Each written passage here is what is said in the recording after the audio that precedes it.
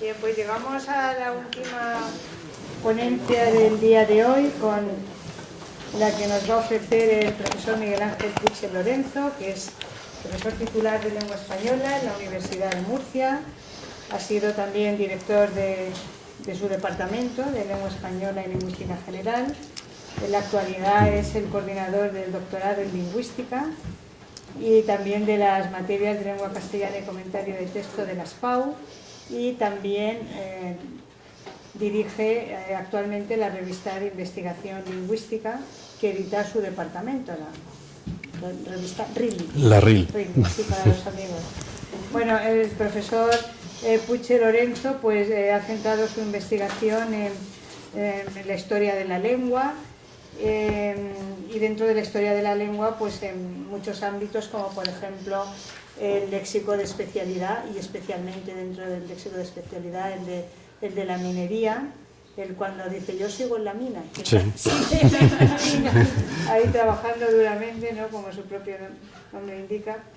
Y bueno, y en la actualidad pues se ha centrado en el contexto del siglo XIX, donde se ocupa de aspectos relativos a la relación entre lengua y prensa, y precisamente lo que nos va a contar esta tarde pues tiene que ver con esa nueva vertiente de sus trabajos de investigación, pero además él ha trabajado también pues en otras etapas pues los documentos jurídico-notariales del siglo XVI, en el archivo de protocolos notariales de Yecla, el español del siglo XVI en textos notariales, y en fin, es desde hace mucho tiempo miembro del grupo NEOLCID y pertenece al grupo Histolex de la Universidad de Murcia, y bueno, estamos deseando escuchar su ponencia.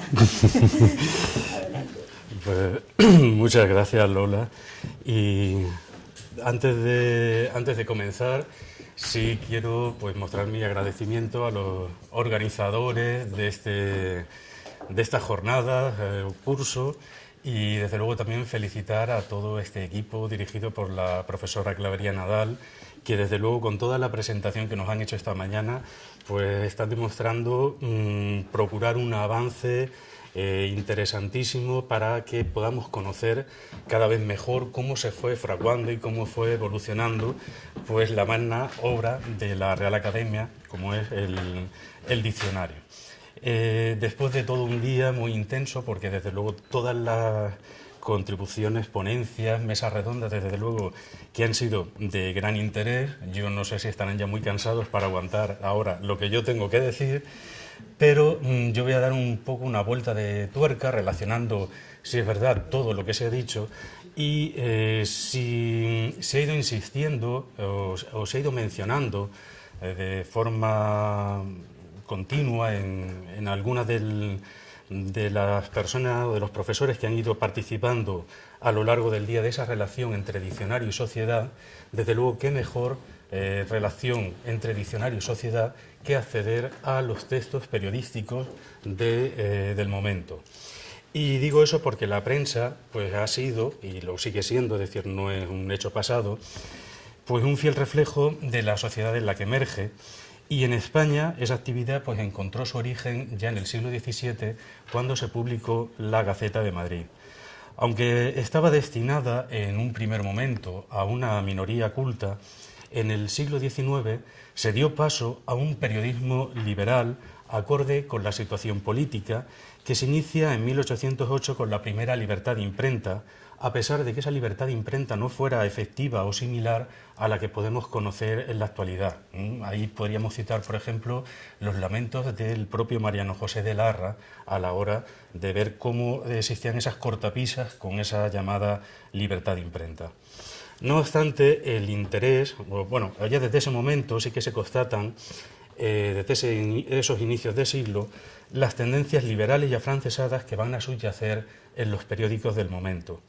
Sin embargo, el interés destaca en esos años consiste en que el periodismo deja de ser ese medio de la minoría culta del siglo anterior, en virtud de que adquiere la condición de instrumento de movilización social y política al servicio de la causa liberal, a la vez que junto a esos modelos de periódicos que estaban surgiendo, que habían surgido en los primeros años del siglo, empiezan a nacer otros modelos de periódicos, como fue en este caso el siglo pintoresco, que se basaba sobre todo en la ilustración gráfica.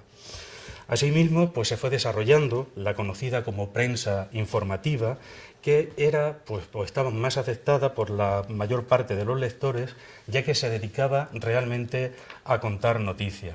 Un modelo que sí quería evolucionando con el paso del tiempo a lo que se ha conocido después como sensacionalismo informativo, que se fraguó realmente con el crimen o el conocido crimen de la calle Foncarral, que ya sucedió en el año 1888. El interés social que ya había adquirido el periodismo durante ese siglo fue objeto incluso de algunos diccionarios de recepción en la Real Academia Española, como el de Juan Francisco Pacheco en 1845 y 50 años después el de Eugenio Sellés. Ese hecho ya pone de manifiesto que el periodismo también era una actividad que había adquirido cierto relieve dentro de la academia y también dentro de lo que iba a ser la lengua y la literatura. Si nos remitimos al discurso de Sellés, nos encontraremos una clara explicación del modo en cómo había ido evolucionando el periodismo durante ese siglo XIX y sobre todo la estrecha relación que había mantenido la evolución del periodismo con la lengua del momento y sobre todo y en particular con las palabras. En sus páginas, ya digo, se traza el devenir que había sufrido y se establece también una defensa para alzar al periodismo como si fuera un género literario más, haciéndose eco de las palabras de Pacheco. Si estoy citando el discurso de Pacheco, tengo que hacer honor a la verdad. No he podido acceder a ese discurso, no sé dónde se encuentra y me estoy valiendo en todo momento de las referencias que hace a ese discurso el propio Eugenio Sellés. A estas alturas se había constituido ya la prensa como un nuevo poder, una fuerza social que debido al carácter voluntario de su lectura ocasionaba el llamado o denominado poder de la sujeción, es decir, el de autoridad sobre la sociedad, dispusiera ésta ya de un mayor o un menor nivel cultural. A pesar de que en cuestiones de lengua, y ahí ya así se refería a él Eugenio Sellés, el periodismo es rebelde a la gramática, contrabandista de locuciones y palabras extranjeras, corredora de frases hechas, tomadas de ese idioma peculiar, o mejor dicho, dialecto de la política, y de la mala oratoria parlamentaria. El paso del tiempo ha dado lugar a que por lo menos durante el siglo XIX se escriba mejor que se escribía en siglos anteriores. Y de hecho, y aquí sí que hay una afirmación que yo considero importante, se puede decir que el periódico se convirtió en el libro del pobre. En consecuencia, permitió que gente aprendiera a leer, es decir, gente que no sabe leer aprendiera a leer y que su lectura influyera en el cambio de la sociedad. De ahí que incluso las clases trabajadoras, sobre todo las de las grandes ciudades, pues hablaran con ese lenguaje que encontraban en el periodismo y que muchas veces reflejaba todos esos modismos que heredaban o estaban heredados del mundo de la política. Estas afirmaciones, ya digo, que son yo creo, nos pueden servir para enmarcar pues un poco el recorrido que vamos a trazar hasta ahora, pero sobre todo para comprender que ya en este momento el periodismo pues se convierte en el foro idóneo donde exponer ideas, teorías, entablar discusiones públicas sobre cuestiones que pudieran ser de actualidad. En el marco de estas jornadas, tengo que decir que la prensa que yo he consultado se ciñe o va a intentar ser la correspondiente con las ediciones del diccionario publicadas entre 1817 y 1852. Por ello, el arco temporal para la consulta de los ejemplares periódicos ha sido desde 1 de enero de 1817 hasta el 31 de diciembre de 1868, con el fin de poder comprender todo el estado, todo el marco temporal en el que se podría decir estuvieron vigentes las ediciones esas ediciones del diccionario académico. La consulta, tengo que decir que la he hecho a través de la Hemeroteca Nacional.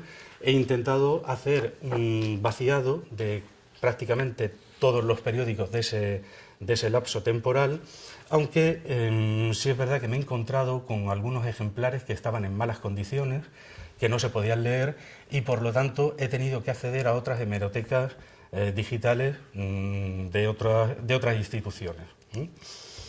Dado que, ya digo que el objetivo que se marca en este trabajo no es el estudio lingüístico del periodismo, sino en todo caso del periodismo de la lengua o del diccionario concretamente, las noticias en su más diversa forma van a ser el sustento de todo lo que yo me voy a proponer desarrollar en estos momentos. Antes de comenzar con el estudio de la repercusión y las implicaciones sociales que tuvieron las ediciones del diccionario académico aparecidas, ya digo, entre 1817 y 1852, he creído conveniente, de forma previa, indicar qué importancia había adquirido el diccionario dentro de la sociedad decimonónica. De manera que este acercamiento puede actuar como si fuera un marco para comprender por qué el diccionario podía llegar a ser noticia o formar parte de alguna columna informativa, tuviera ésta el más variado contenido. No me voy a retroceder en el tiempo para hablar de cuáles son los orígenes de nuestra tradición lexicográfica, pero sí que, si con la publicación del Diccionario de Autoridades sí que se ponía a disposición de una clase, una élite culta, lo que iba a ser la consulta, que se pudiera consultar un diccionario, la primera edición del diccionario usual, a partir de esa primera edición, que ya se presentaba reducida y por lo tanto también más económica, eso ayudó a que el diccionario se pudiera ir difundiendo entre otros estratos sociales.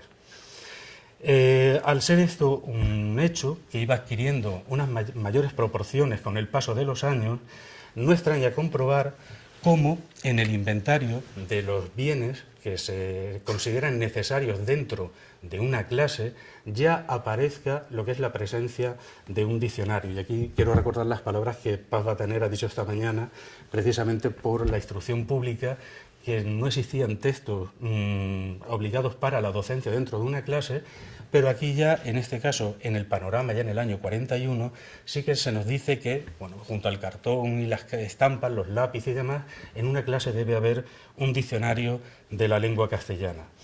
Y unido a esa formación docente, también hallamos la utilidad que proporciona el diccionario para conseguir hablar con propiedad y utilizar las palabras con el significado preciso, porque el uso adecuado de la lengua es el fiel reflejo de la formación adquirida. Y de hecho ahí tenemos esa cita que aparece en el periódico La Educanda, cuando se dice que cuando se pasa mucho tiempo sin leer se pierde el interés de la lectura y por esto es muy ventajoso tener a mano obras escogidas a las que puedan pedir siempre que se quiera distracciones y consejos. Una de las más indispensables, a mi modo de ver, por su mucha utilidad, es un buen diccionario de la lengua castellana. Y de hecho, la parte final de la cita, aunque sea más larga, se dice que, bueno, ante la duda de una palabra, lo mejor es consultar su significado dentro del diccionario. Las tropelías que se cometían en el uso de las palabras podían parecer escandalosas en determinados sectores, como el político, que se consideran en el ámbito periodístico como un grave insulto hacia el diccionario, a pesar de que muchas veces las tropelías realmente son errores gramaticales.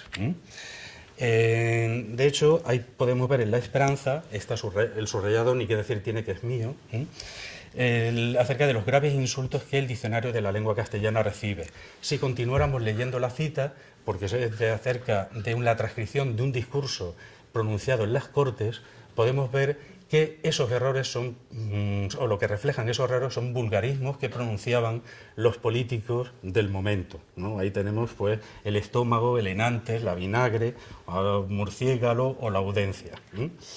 No resulta extraño, por tanto, que el consejo dirigido a quienes ocupan esa profesión sea la consulta del diccionario, entre otras posibilidades, con el fin de mejorar su imagen y que ésta adquiera el verdadero valor de esa instrucción, ya digo, recibida.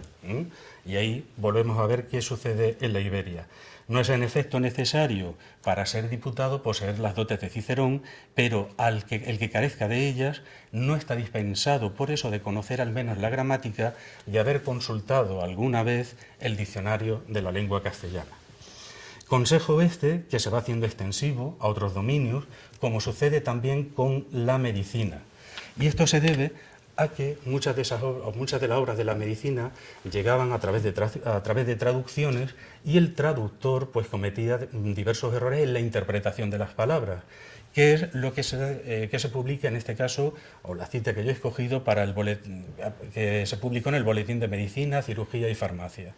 Pues un proceso de traducción de una obra médica. ¿Y qué se le aconseja al traductor? Que tenga una gramática a mano. ¿Qué gramática? La de Salvá. Pero luego un diccionario de la lengua castellana no le puede faltar encima de su mesa. A través de estos testimonios, la lectura del título parece sugerirnos que el diccionario recomendado hasta ahora pues, podría ser el diccionario académico, aunque no existe especificación alguna en cuanto a su autoría. Pero a partir de ese último ejemplo, se deja patente la idea de que hay otras obras lexicográficas que también podían adquirir esa utilidad. Y de hecho, conforme vaya avanzando el siglo y existan otros diccionarios en el mercado, así podría entenderse, y así se indica en la contestación realizada desde la redacción de un periódico como el del Moro Muza ante los desatinos que se producen en el uso del léxico. De hecho, ahí lo vemos que la redacción pues, le quiere regalar un diccionario, aunque sea el más barato, a un escritor, y si no es el del diccionario de la Academia, por lo menos el Pan Léxico o el de Chao o el de Domínguez o el de Caballero, para que pues, no cometa ese tipo de fallos y no le salgan los tiros por la culata. Es decir, esa es la conclusión a la que llega el redactor. El diccionario, y esta vez sin lugar a dudas sí que hablamos de la obra académica, había sido objeto de atención desde las más diversas perspectivas y para los más variados usos. A esa estructura y al universo interno que encierra, pues dedicó Galdós un cuento, uno de sus primeros cuentos, que apareció publicado en La Nación. Es un texto muy conocido por todos, pero que yo creo que no podía faltar en este entorno que se intenta hablar de diccionario y de prensa. El texto se conoce como, llevaba el título de La conjuración de las palabras, y esa fue la primera edición, apareció en el periódico La Nación, aunque después lo reeditó dentro de la novela Torquemada.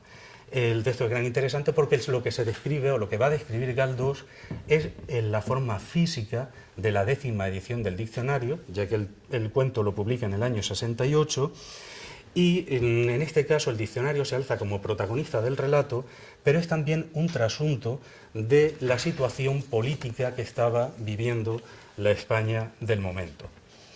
Pero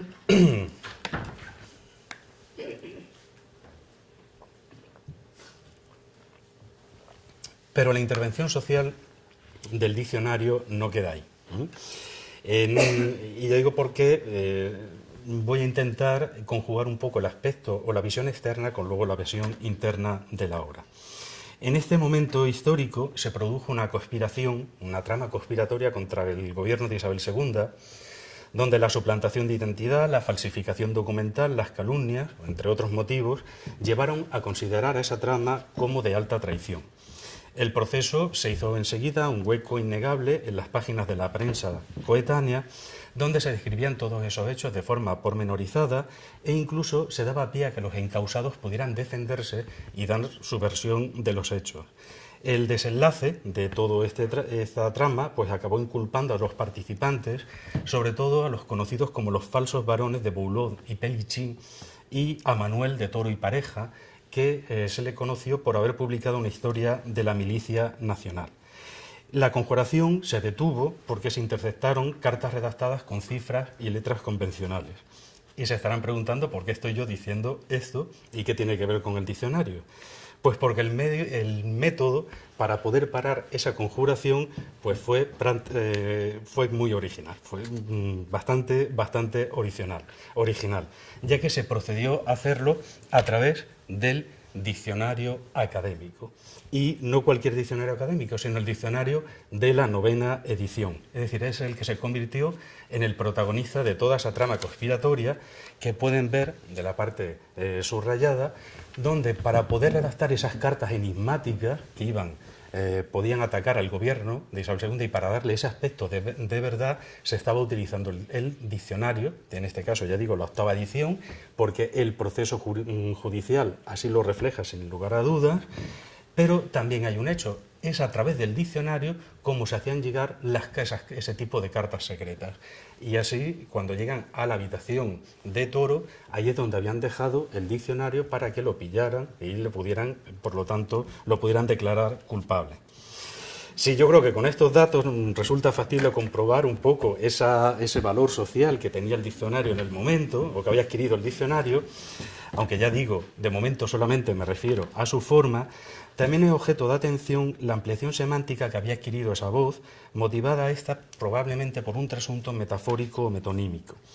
De hecho, en estos momentos, diccionario no es solo ese repertorio donde se recogen por orden alfabético las palabras de una lengua, sino que también se utiliza para referirse al léxico disponible de un hablante concreto, o lo que la profesora Bataner ha dicho esta mañana, me parece que las palabras exactas era el léxico mental o el léxico común que podía tener un hablante. Este tipo de identificación entre lengua y diccionario no es tampoco nueva, y de hecho también el profesor Garriga Escribano ha podido identificarla en las traducciones efectuadas por químicos españoles, ¿no? Y cuando nos referimos a ese proceso de poder identificar la palabra diccionario con lo que va a ser el léxico léxico disponible o ese léxico mental de un individuo. Pues en ejemplos como los que aparecen ahí, que espero que se lean bien, cuando se dice con respecto a una persona, en su diccionario todo elogio es adulación, porque en su diccionario abuso vale un hecho según las leyes, o que apuró su diccionario de anarquía referido a un político. Tras la exposición de este marco externo, que demuestra, ya digo, el relieve que iba adquiriendo el diccionario académico, quiero comenzar otro recorrido sobre aquellas cuestiones que en las páginas de la prensa del periodo al que nos estamos centrando emergen desde los ámbitos más diversos y que nos permitirán aproximarnos o acceder a una visión enriquecedora de la magna obra académica. En consecuencia, resulta imprescindible evaluar como punto de partida el papel desempeñado por el diccionario como si fuera una auténtica autoridad léxica. Es decir, que se recurre al diccionario para demostrar la validez de una palabra o para demostrar si esa palabra realmente está bien utilizada. En este caso, yo he seleccionado 2 ejemplos, los contextos son extensos, pero para poder comprender un poco la presencia de esa palabra hay que conocer mejor todo ese contexto. Yo he incluido aquí en este caso lo que sucede con las voces chichisbeo, del que un autor se defiende porque se le ha acusado de ello y por lo tanto él se remite al diccionario de la lengua castellana, o en este caso también a la palabra soberano. La selección de estas 2 palabras son interesantes para el contexto en el que nos encontramos. ¿Por qué? Porque la palabra chichisbeo no pasó los umbrales de la 10ª edición. Ya en la 11ª creo que desapareció a partir de la 11ª edición. Mientras que en el caso de la palabra soberano, en el paso de la palabra soberano, fue en la 7ª edición donde se modificó el significado que se estaba aquí proclamando en este ejemplo. Podríamos incluir, para ver la curiosidad y para ir comprobando, para que nos fuéramos también concienciando de esa interacción sociedad y academia, lo que sucede con las palabras bancarrota y columpio. Yo no lo sé si se podría comprender por qué bancarrota desaparece, sin ir más lejos, en la edición, me parece que es la edición de... yo lo diré...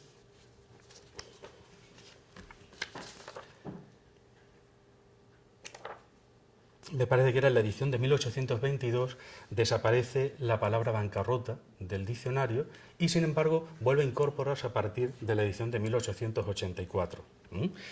Y en el caso, por ejemplo, de columpio, esa definición que aquí nos encontramos, aunque está inspirada es una herencia de la que apareció en el diccionario de autoridades, esa definición también se vio modificada a partir de la sexta edición, es decir, porque el columpio cambió su forma. Es decir, antes del columpio me parece que podían estar dos personas encima de él, y aquí se describe ya la armazón de otra manera, y es a partir, ya digo, de la edición de 1822 donde podemos observar la que copia el ejemplar de este periódico.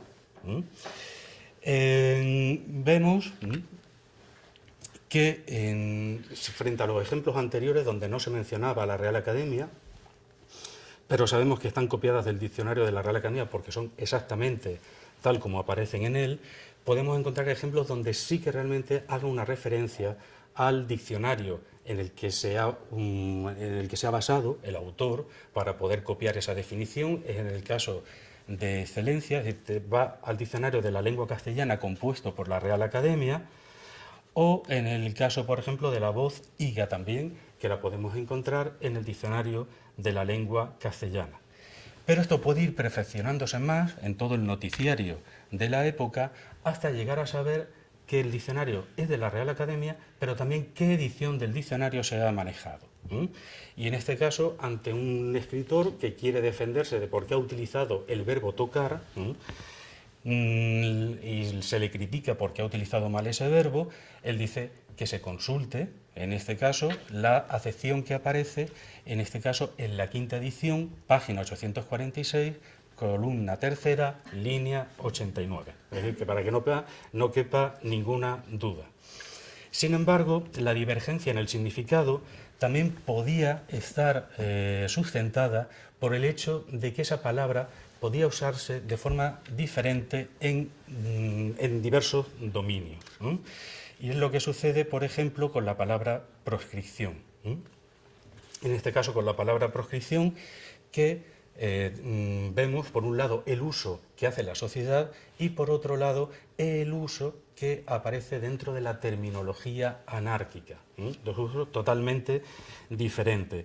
Aunque hemos de decir que ese uso con el que se describe aquí la palabra, el uso del bando con que se declara alguno por público malhechor, esa acepción desapareció en el año 1832 y ya se quedó la definición como la acción o efecto de proscribir. Es lo mismo que sucede con la palabra liberal,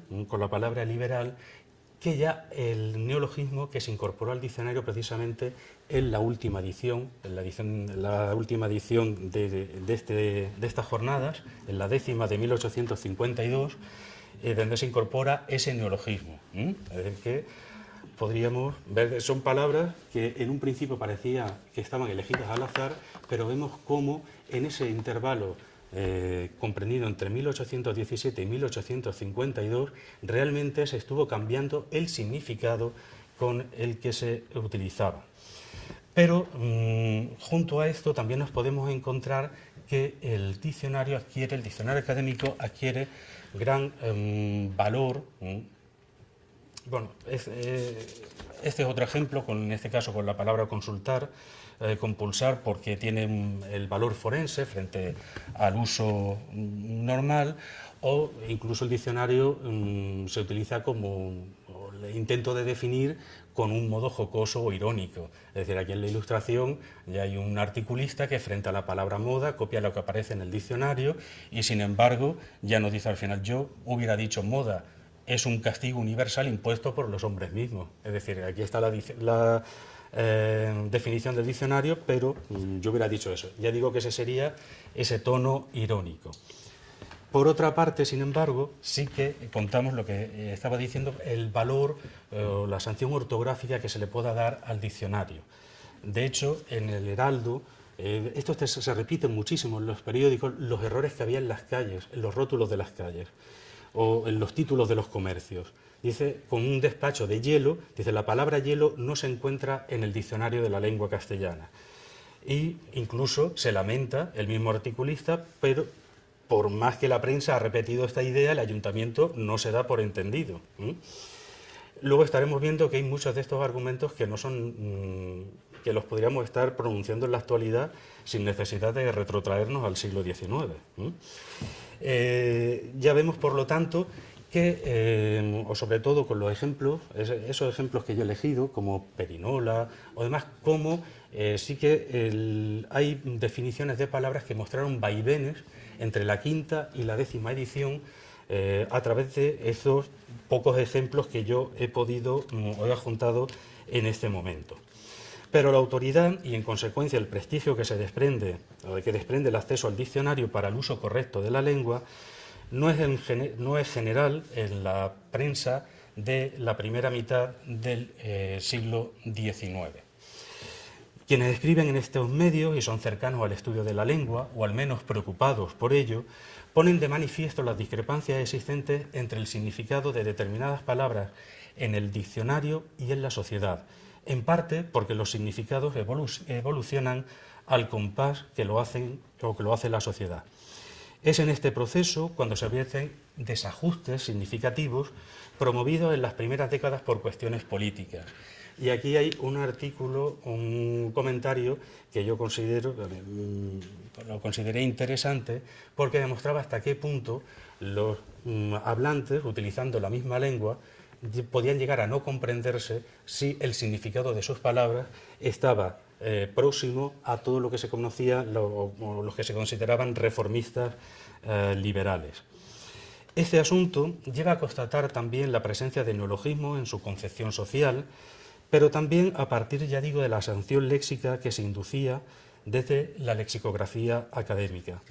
Es el caso de dos neologismos que fueron estudiados por Álvarez de Miranda, de los que se dice, me refiero a egoísta y egoísmo, de los que se dice que las palabras egoísta y egoísmo deben ser o muy modernas o enteramente bastardas al idioma castellano, supuesto que ni una ni otra se encuentran en el diccionario de la Real Academia. Vemos un poco más abajo donde dice, diremos pues que el egoísmo es el amor propio, y me quiero detener ahí. El texto, como vemos, apareció publicado en 1821 y al pertenecer el periódico El Censor, el redactor probablemente fue Alberto Lista, que no tuvo a su mano la quinta edición del diccionario, donde sí están recogidas las palabras egoísta y egoísmo, pero aquí viene lo importante, introdujo, en este caso, el concepto de amor propio, que no está en la quinta edición, pero sí se incluye en la sexta edición. Es decir, que aquí hubo una pequeña modificación a la hora de explicar esos dos neologismos en aquel momento. No obstante, las posibles mejoras que se sugieren a la institución académica con respecto al diccionario no solo afectan a cuestiones léxico-semánticas, dado que también se inmiscuyen en la información que debe tener una obra de estas características. Y en este sentido, y en relación con la 10ª edición, se publicó una carta dirigida a la Academia con la firme proposición de que el diccionario contuviera de forma inicial un breve resumen histórico sobre los orígenes de la lengua. La carta está motivada por la convocatoria del certamen literario que convocaba la Real Academia, y este señor aprovecha que se dirige a la excelentísima institución, a la excelentísima señora, para pedirle que por favor en esa 10ª edición pues se incluya ese breve resumen sobre la historia de la lengua, que, como bien sabemos, pues no fue atendida la petición. A pesar de ello, la más firme revisión, las sugerencias de corrección o las críticas ante las ausencias e inexactitudes se centran sobre todo en el contenido léxico del DRAE, a veces con tonos despectivos o jocosos. Queda soslayado durante este periodo el intento de crear esa interacción comunicativa entre academia y sociedad. Y de esa manera lo podemos comprobar en lo que sucedió con el periódico El Averiguador, por ejemplo, con la palabra grosa, que copia la definición del diccionario y empieza a hacer las remisiones que de una definición lleva a otra para llegar a concluir que realmente no se entiende realmente qué significa la palabra grosa, a partir de ese juego con las definiciones. Es interesante este periódico El Averiguador, que ya está en el confín del intervalo que ahora con el que estamos trabajando, porque El Averiguador se iniciaba con un apartado de preguntas y respuestas donde pues, todos los lectores podían mandar dudas lingüísticas. Una serie de dudas lingüísticas sobre la etimología, sobre si eso estaba bien dicho, sobre si esta construcción era adecuada o no, y luego los redactores le contestaban a a quienes preguntaban. Es decir, que sería una especie como la Fundeu del siglo XIX, que tú podías mandar allí. Lo importante de ello es que casi todas las dudas se van a resolver teniendo como soporte el diccionario de la Academia. Es decir, es lo que va a servir de autoridad para resolver las dudas del averiguador. No fue, sin embargo, ya digo, el averiguador, está presente aquí, este periódico, pero no fue el único medio que hacía notar ausencias e inexactitudes en cuanto a las definiciones. Y en este caso, en el censor, con el nombre del periódico ya se puede uno esperar cualquier cosa, aquí nos vemos con lo que sucede con la palabra asesinar. ¿Y por qué? Porque en aquel momento se estaba introduciendo el significado de asesinar referido a los animales. Y aquí el articulista dice no, la Academia, asesinar no es un animal, es asesinar a un ser humano. Y ahí es el error de la Academia, que debería haber incluido ser humano dentro de la definición para evitar cualquier tipo de errores. Y como se refiere a esto de los animales, esto me ha permitido hacer un juego, porque dentro de otro periódico lo que se le recrimina a la Academia es que no haya sabido delimitar las definiciones de torero y toreador. De torero y toreador. ¿Por qué? Porque uno y otro, lo que puede diferenciar a uno u otro es sencillamente la profesión o la afición que pueda mover a ello. Es decir, si se cobra o si no se cobra por desempeñar esa profesión. Sin embargo, en este caso se actúa de forma condescendiente y se dice que se comprende por qué los académicos han podido actuar de esa manera. Sin embargo, esa disculpa hacia los académicos no se produce en otros ámbitos, sino que todo lo contrario, sino que se les lanza críticas a veces despiadadas. Despiadadas como la que en este caso apreciamos en el Artiza, un periódico que desde el punto de vista para el estudio del léxico y lo que va a ser el tratamiento lexicográfico es muy interesante, porque hay propuestas de gran interés para poder delimitar lo que era profesión y lo que era oficio. En este caso, por ejemplo, se le está achacando a los académicos que se pongan a definir mejor y que cumplan mejores sus tareas en vez de dedicarse a pasearse vestidos con el frac. Es decir, que lo que le está diciendo es que se pongan a trabajar.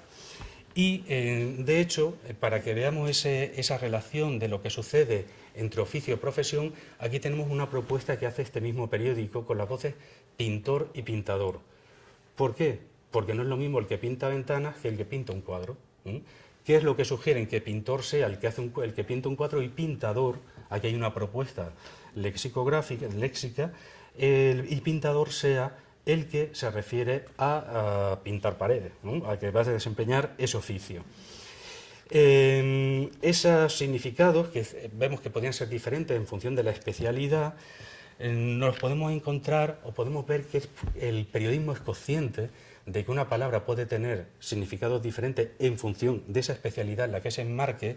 Lo podemos ver en el caso, por ejemplo, de la fortificación, cuando se dicen de palabras como tenazones, coronas, etcétera, y otras 1000 palabrotas que no tienen en la fortificación la misma acepción que la que le da el diccionario de la lengua castellana.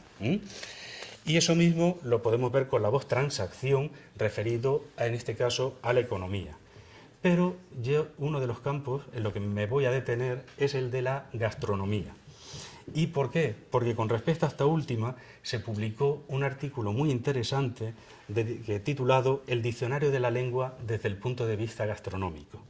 Porque, según se explica en ese artículo, es decir, era el artículo del Masterchef del siglo XIX, el siglo XIX no solo se ha inmortalizado por los ferrocarriles, por la telegrafía eléctrica, por los gobiernos representativos con 1 o 2 cámaras, sino que alcanza también la gloria de haber impulsado el renacimiento de la ciencia gastronómica.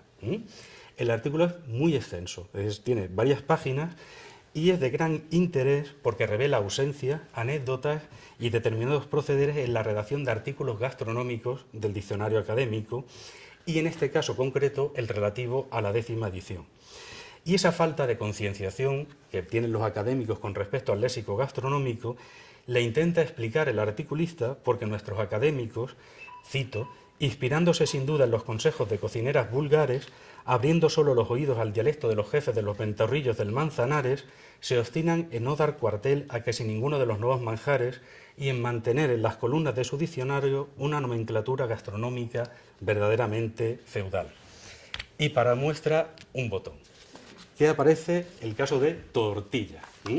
Aquí, pues, ese artículo copia la definición de la 10ª edición de la palabra, cuál es el significado de la palabra tortilla.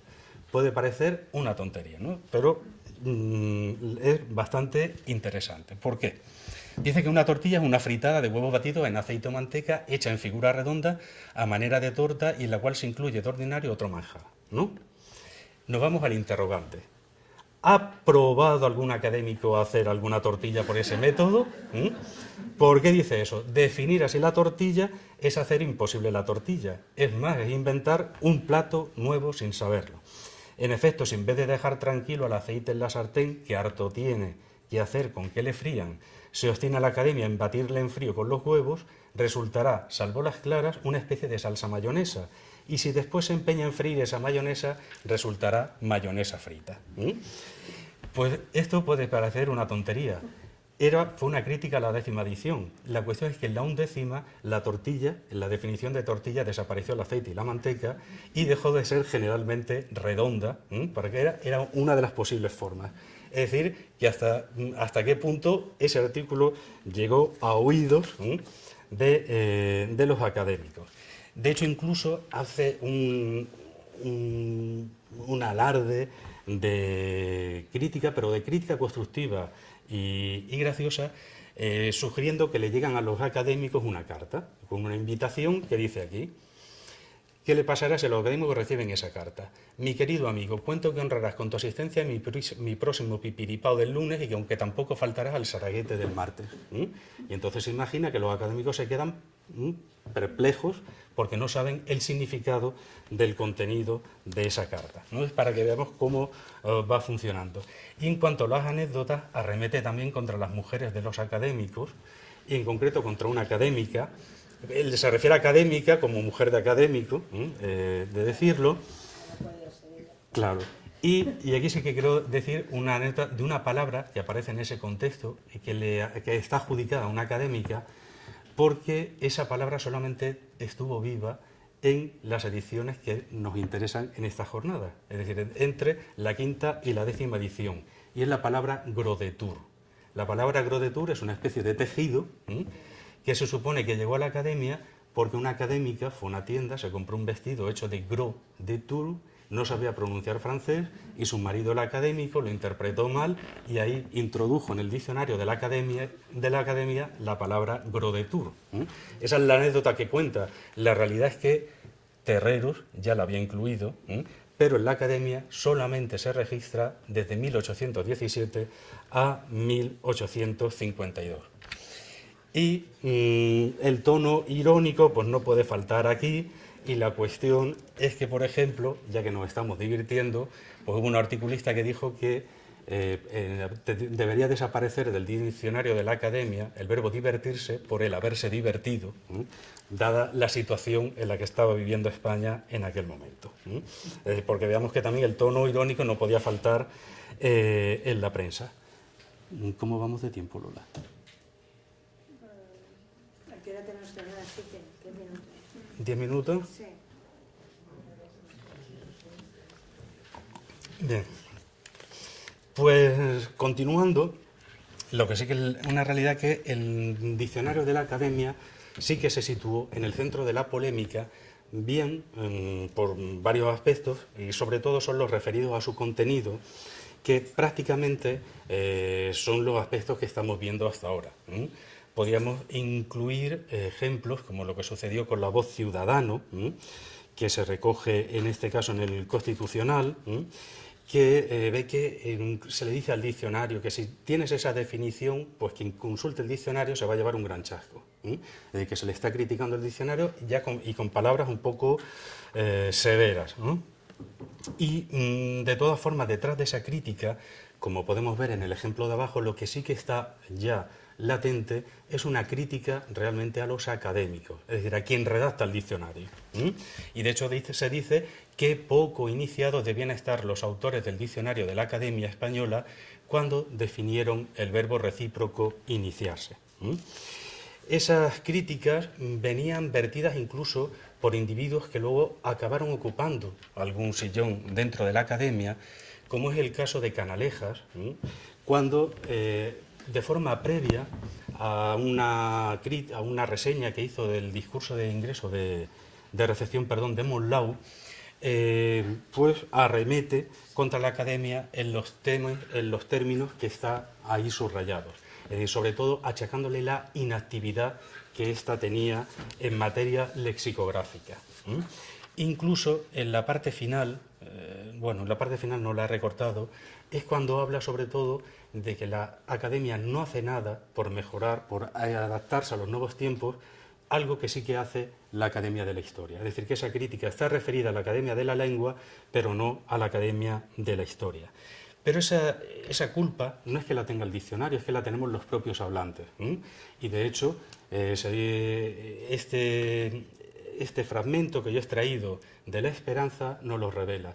Que no se eche la culpa al diccionario, es que nosotros, antes de recurrir al diccionario, acudimos a otra lengua, en este caso al inglés, para buscar otro significado a las palabras que utilizamos, sobre todo a palabras en un contexto político.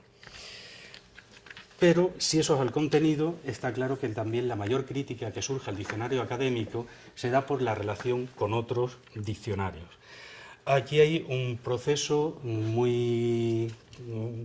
convulso que se hizo realmente desagradable tras la publicación del Panléxico, una situación que tanto Clavería Nadal como Azorín Fernández han descrito perfectamente y han estudiado desde diferentes perspectivas, pero desde luego esa publicación supuso un punto de inflexión desde el punto de vista periodístico a la hora de criticar a la Academia.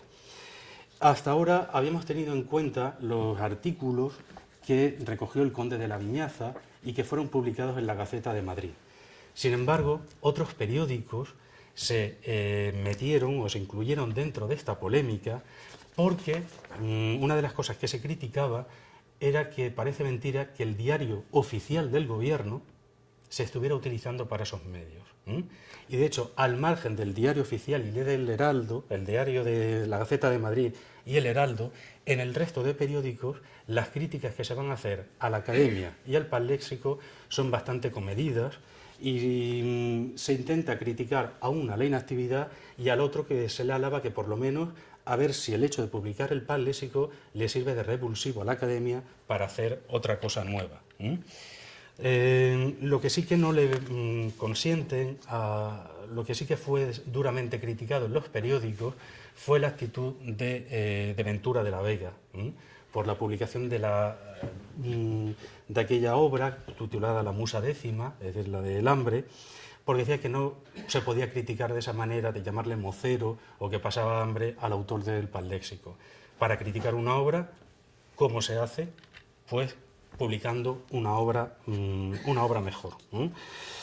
Es que voy un poco más largo porque sí que podíamos leer todos los ejemplos porque esta polémica sí quedaba desde luego bastante de sí. De hecho, aquí tenemos, por ejemplo, para criticar no basta llamarse escritor, ni tampoco serlo de insulsos periódicos y de mal forjados folletines. Es preciso saber escribir. Y en la parte final podemos ver que siempre debemos, en la publicación del Panléxico, considerarla útil y buena, mientras no se presente otra que la exceda en bondad y en utilidad.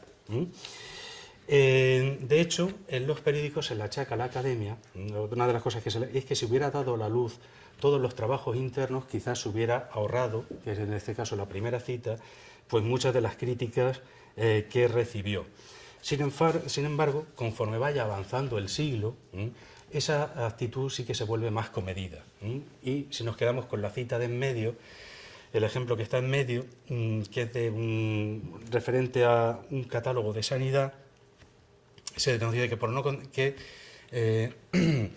viniendo a suceder con semejante prescripción lo que con el diccionario de la Academia, que por no contener todas las voces que el uso admite, se dan a conocer en otros diccionarios particulares que el público acepta sin violencia, porque encuentra en ellos lo que en el otro no ve. Es decir, que se había llegado ya a ese término medio.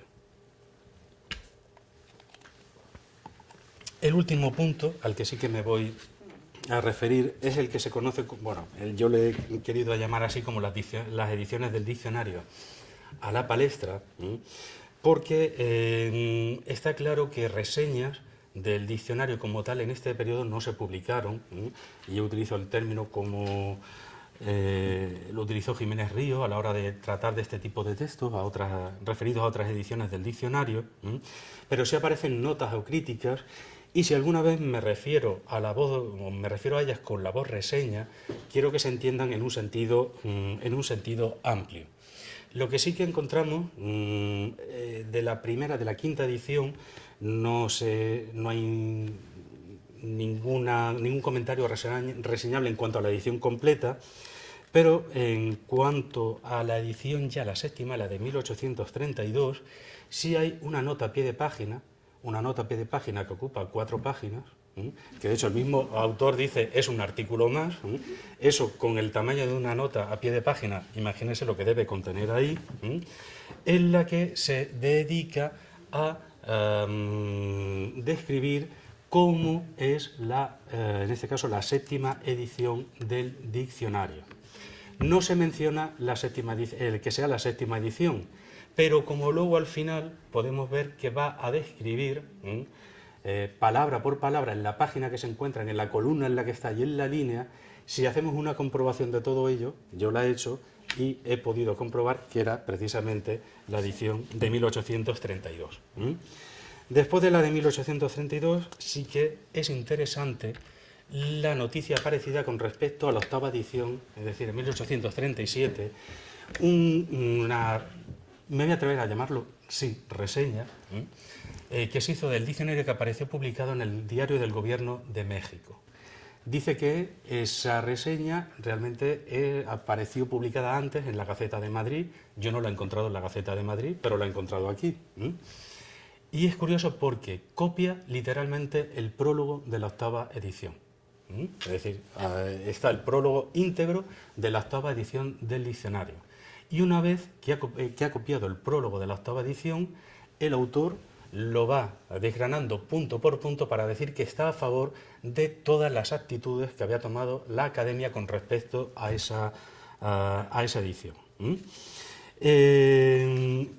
Pero quizás lo que sí que me ha resultado interesante de esta actitud, en este caso de la actitud de este articulista, de esta reseña, es que por primera vez, o por lo menos que yo lo haya localizado, se declara lo siguiente: el excelente prólogo que antecede a esta edición contiene muchas reflexiones importantes. Sí. Y dice, procura ser el diccionario, ser un poco exacto, tal. Me he cambiado de ejemplo. Vemos que, en la cuarta línea, decimos que habla ya de que hay personas que están mal informadas con respecto al diccionario, porque es muy común creer que existe en la Academia autoridad suprema para dictar leyes al lenguaje y a la escritura, y dar o quitar la ciudadanía las voces y locuciones. Así muchos, por ejemplo, que se quejan de que faltan voces en el diccionario. Pero ¿qué dice el autor? Tienen que obedecer como los que hablan y escriben el idioma a una autoridad sin apelación que es la del uso, supremo legislador en materia del lenguaje. Es la primera vez que yo sí que he visto que realmente lo que recoge la Academia en este momento es el uso, es decir, no está legislando con respecto a la lengua. Pero desde luego la edición que se lleva la palma fue la novena. A la novena le llovieron críticas por todos los lados, en parte, ¿por qué? Porque venía de que de haberse publicado el Panléxico se le advierte antes de que aparezca, se dice, ya tienes hecho el acopio de papel, a ver si la edición, a ver si la 9ª edición de su diccionario, y si es por el estilo de la última, nos probará más y más que solo tiene de academia el nombre. Es decir, que ya se le está advirtiendo que a ver lo que hace con la 9ª. Para pasar, aunque eso sí, también la academia respondió anunciando la publicación a lo grande. Es decir, es la primera vez que se anuncia en un periódico que el primer ejemplar de la 9ª edición se le entrega a la reina. Y eso se publica en todos los periódicos del momento. ¿Pero qué pasa? Pues con respecto al diccionario, porque la 9ª edición es, en nuestro concepto, el más defectuoso de cuantos ha publicado. Y así se va a ir repitiendo hasta la saciedad. La 9ª edición es la más criticada desde el punto de vista periodístico. No le dejan, ya digo, títere con cabeza, y son numerosos los artículos que aparecen mencionando ese hecho.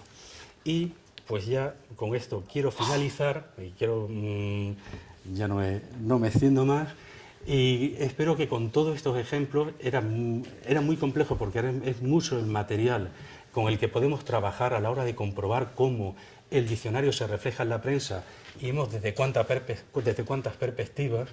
Por eso, utilizando una palabra que Gloria Clavería ha utilizado esta mañana, la de realidad poliédrica, vemos que el periodismo también es una realidad poliédrica a la hora de abordar el estudio del diccionario lexicográfico.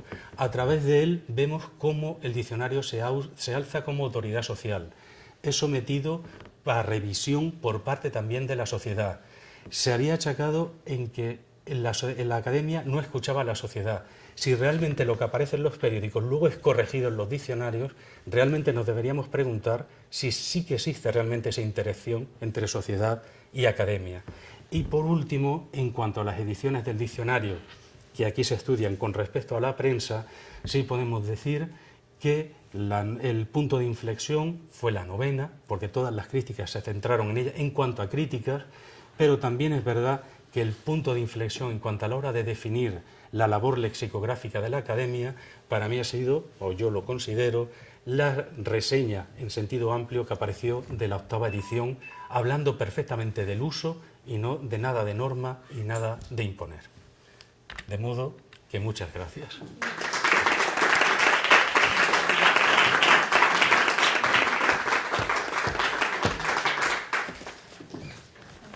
Pues muchas gracias a Miguel Ángel Puche por su intervención, porque realmente pues, nos ha abierto también, en fin, una ventana más de esa realidad poliédrica que afecta al diccionario, y es eso, es esa ventana hacia la sociedad, hacia el público que usa el diccionario y que también opina e influye, y que, haciendo un paralelismo con la época actual, pues el otro día compañera María Antonia y yo estamos diciendo, es que no nos gusta que la academia reforme el diccionario por presión social. Y ahora a propósito de mujer fácil, pues si es que porque lo cambie por persona fácil, que no es lo mismo, porque persona fácil se entiende otra cosa, una persona, yo que sé, accesible, lo que sea, pero no tiene ninguna connotación sexual, que sí que tiene mujer fácil. Entonces, se dice mujer fácil porque lo tenemos que suprimir. Eso no es tirarme piedras a mi propio tejado de mujer y creo yo que de feminista también, pero es que es un engaño pensar que como no está en el diccionario, pues ya, en fin, ha cambiado la realidad. Es que eso es, y claro, aquí estamos viendo también que esto es, en fin, se repite y que no pobre diccionario, sino pobre académicos que hacen el diccionario, porque eso, y más en la sociedad actual, pues es un bombardeo constante, porque todos los colectivos, sean de lo que sea, con mejor o peor intención, pero parece que la solución que encuentran no es influir en las autoridades y en fin, los agentes sociales verdaderos y en la educación, que vamos a decir a la academia que cambie la definición o que quite directamente la palabra. Es que me parece tan pueril y tan, en fin, tonta esa solución que en fin, bueno, pero al menos la academia, pues sí, los que estudien la edición de ahora, en los siglos venideros, pues dirán, ya veremos. Y realmente sí que hay una cosa, y lo comentaba antes de comenzar en el pasillo, que yo me lo he pasado muy bien leyendo todo este tipo de comentarios, porque yo creo que es la mejor manera también de acercarse un poco y poder comprender cómo era la sociedad del momento. Pero viendo cómo era esa sociedad, vemos que las necesidades de esa primera mitad del siglo XIX pues son prácticamente las mismas que la primera mitad del siglo XXI. El que poco hemos cambiado, seguimos criticando a los políticos porque hablan mal.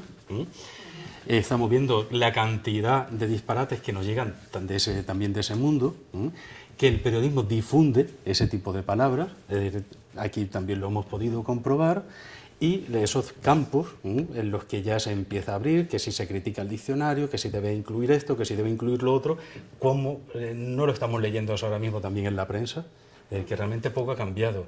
La cuestión es que con esto yo creo que sí que se abre la perspectiva de realmente comprobar hasta qué punto realmente sí que influyó, porque sí que hay ejemplos en los que se ve de forma objetiva que después de hacer o después de insistir con determinados comentarios, ediciones posteriores sí que han modificado los significados de las palabras. Es decir, que si la sociedad leía los periódicos, los académicos también formaban parte de la sociedad. Y aparte el hecho inmediato que tenía la prensa, porque con eso podríamos seguir hablando muchísimo, porque realmente el ciudadano accedía a todo eso de forma inmediata, pero a todo lo que la academia quería que se supiera, a todo. Es decir, llega un momento que ya cuando ha ocurrido esto, que con las críticas estas del diccionario, con la 9ª edición, ya mandan notas a algunos periódicos y dicen, estamos trabajando sobre tal cosa. Es decir, que habían captado el mensaje de la sociedad. Y por eso yo creo que ahí hay hechos bastante interesantes. Incluso, por ejemplo, hay una cuestión, no la he mencionado, yo creo que podría dar pie, y se refiere a los discursos de recepción en la Real Academia. Podemos verlos publicados, pero es que se publicaban en el momento, en los periódicos. Antes, a lo mejor la Academia los publicaba 10 años después, pero en el periódico estaban al mes siguiente. Es decir, que la gente ya podía comentar lo que este académico había dicho. Por lo tanto, ¿qué era lo que hacía? Si un académico en su discurso de recepción hablaba del neologismo, automáticamente la sociedad leía ese discurso y ya estaba hablando también del neologismo. Es decir, que ahí, ya digo que hay un filón para realmente ver toda esa labor, en este caso concreto, en relación al diccionario, yo considero de interesante, atractiva y divertida. Vamos a seguir por el filo. Está muy interesante la explicación respecto a la voz de bancarrota. Sí. Técnicamente, no es una expresión de 1832, es que experimentó un cambio gráfico. Sí. No ha desaparecido nada. Claro, no desaparece. Lo que pasa es que al cambiar esto, el periódico ya que te dice, ya sí que ha cambiado, ha desaparecido del... Me ha llamado tanto la atención Sí. la supresión de bancarrota y he dicho, no puede ser, y en efecto, entonces lo he estado mirando en el Nuevo Tesoro, y entonces es un problema de vacilación a la hora de representar la vibrante múltiple en palabras compuestas en interior de palabras. Claro. De manera que he comprobado que bancarrota, autoridades en efecto con buen criterio la incluyó con doble R y estuvo con doble R hasta 1832, pero desde 1837 hasta 1869 estuvo bancarota, es decir, con una sola R. Y también ya, movido por la curiosidad, he visto que pelirrojo aparece con una sola R y manirroto con una sola R, o sea, pelirrojo, manirroto, hasta 1869, y por lo que se ve fue en 1884 cuando por fin la Academia decidió que siempre la vibrante múltiple en palabras compuestas, es decir, cuando la escribían con una R, era porque pensaban que el lector la iba a reconocer como compuesta y aunque quedase la R en posición medial, iba a saber que se pronunciaba pelirrojo y no pelirojo. Pero fue en 1884, y lo acabo de descubrir, que cuando la Academia decidió que siempre la R medial, la R vibrante múltiple en posición medial tendría que ser con doble R. Es muy curioso porque ya digo, no desapareció en esos años. Hubiera sido muy raro que apareciera y luego volviera a aparecer. Claro, porque el ejemplo, es que no he continuado el ejemplo, por eso es que era más largo que de lo que he incluido, porque se hace mención al criterio ortográfico, es decir, no está de acuerdo con ese criterio ortográfico el articulista, el que se adopta. Otro detallito curioso, me he fijado al verlo, que bancarrota, al perder una de las dos R's en 1837, no cambia de lugar, se queda donde está, porque la que está delante y la que está detrás siguen estando donde tienen que estar.